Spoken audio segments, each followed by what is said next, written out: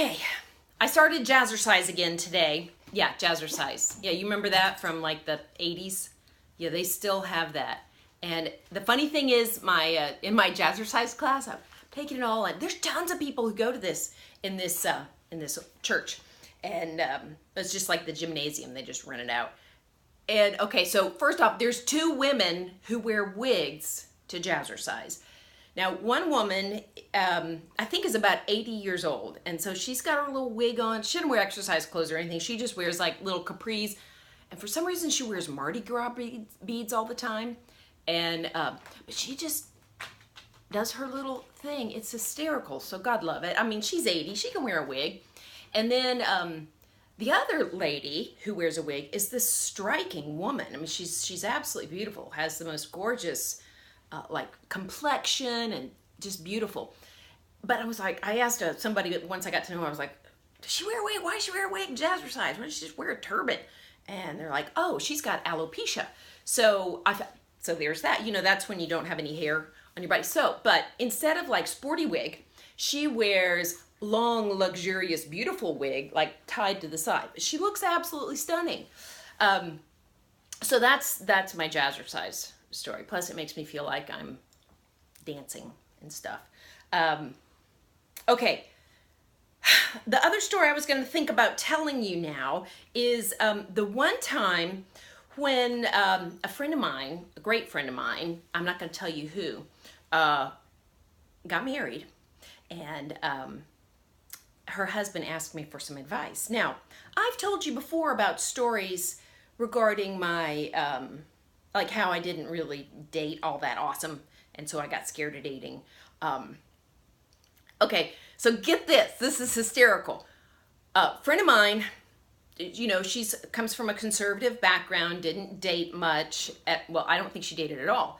So she finally, in her 30s, got on eHarmony, and then met a man in his 30s on eHarmony. Both of them religiously conservative and just hadn't been, you know, hadn't done anything before. I don't even think kissed. Okay, so I'm the maid of honor in this wedding. And it's funny because I felt like really the outsider. Because at the time I was teeny little baby skinny, and all of the other bridesmaids and the bride, well, they had lost a lot of weight and looked absolutely gorgeous, so don't get me wrong here, but they were more a plus size. So I again looked like a skinny little golem in a lavender bridesmaid's dress, and I looked out of place, I thought. Okay, so it's the rehearsal night, the night of the rehearsal, and we're at the church. Okay, so for a minute the preacher stops and is doing something, talking to the bride or the bride's family. And so the groom, who I just met, pulls me over into like the choir area, and he goes, hey, could you give me some tips about tomorrow night? What do you mean? About, you know, having sex. Okay, what exactly do you need to know? And he was like, well, exactly how do you start? What do you do? Okay, well, do you know how to kiss? Yeah, I think we got kissing down. Okay. Are you guys gonna drink wine or anything? Oh, no, we don't drink. Okay. But we do have a hot tub in our little honeymoon suite. Oh, okay, well, you know, that might relax you, make you feel good, you know. Maybe you could be naked when you get in the hot tub, if you want. Or you know, you could wear bathing suits and then, like, eventually take them off because you're feeling all sexy.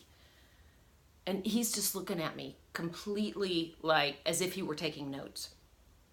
And so then he goes, well, what's the very first thing I do? I was like, well, I kind of think nature will guide you. I mean, have you ever seen a naked woman? No. Really? Like, okay, I mean, I know you're conservative and all, but I mean, come on. Haven't you ever looked at porn or, you know, dirty magazines or anything? No. Okay. All right. Well, you do kind of know what it looks like down there? Well, it's not all that pretty. Now she might be nervous too. So, oh God, what could help? You need to get some KY jelly. What's that? Shit.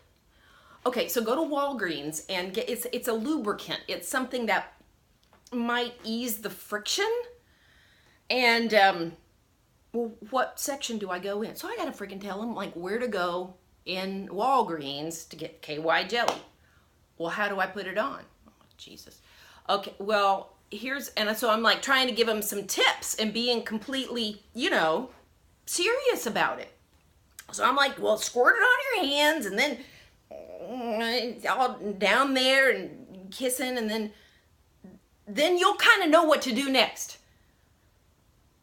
Then, so he goes to me, he's like, so you gonna make sure she has something pretty to wear tomorrow night? Okay, yeah, you want me to get her some sexy lingerie? I'll get you taken care of. I said, I found some things for her. She'll look beautiful. Did you find a Pocahontas costume? I got a Pocahontas fantasy. Are you serious? No, I didn't find any Disney princess like frickin' sex costumes. Freak. Well, so they got married. It was a beautiful wedding. And after the honeymoon, so I called my friend. I'm like, hey, how was it? How was that first night? She goes, oh, it was lovely. I was like, aren't you gonna give me any details? I mean, I taught that man what to do, basically. And she's like, no, I'm not gonna tell you anything, but it was lovely. Okay. So I guess it worked out. So I wonder if I could actually put sex therapist under like things I do. I should do that, totally. I'm not really gonna talk about the kissing part though, because I'm sure. I've been married a long time. Surely I know how to kiss by now. I mean, Kenny doesn't complain. Anyway, that's my latest story. Okay, bye.